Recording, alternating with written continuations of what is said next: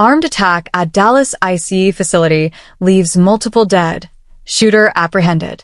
At least 3 people were shot, 2 fatally, during a violent attack at an Immigration and Customs Enforcement (ICE) facility in Dallas, Texas, on Wednesday, September 24, 2025.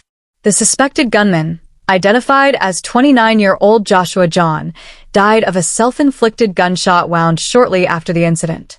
What happened?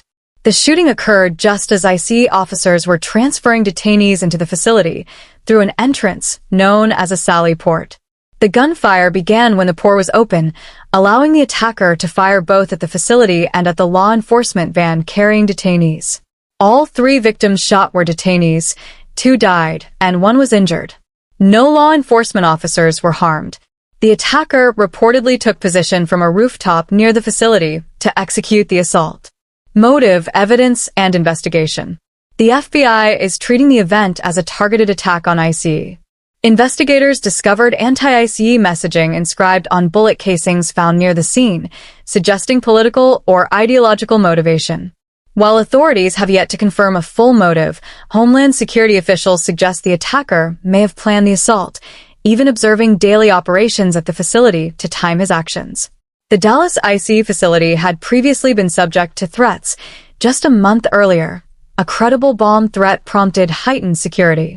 Official reactions. Kristi Noem, the U.S. Secretary of Homeland Security, expressed shock and confirmed multiple injuries and fatalities, emphasizing that the shooter died by his own hand. Texas Governor Greg Abbott called the attack an assassination attempt and pledged full support for ICE and law enforcement, vowing that the investigation would not slow immigration enforcement. FBI Director Kash Patel, who happened to be visiting Dallas on a pre-scheduled trip, joined the investigative command in Dallas and asserted that attacks against law enforcement must be met with full legal consequences. Local leaders, including Representative Mark Vesey, Democrat Texas, and Senator Ted Cruz, Republican Texas, condemned the violence and pledged to follow the investigation closely. Significance and broader implications.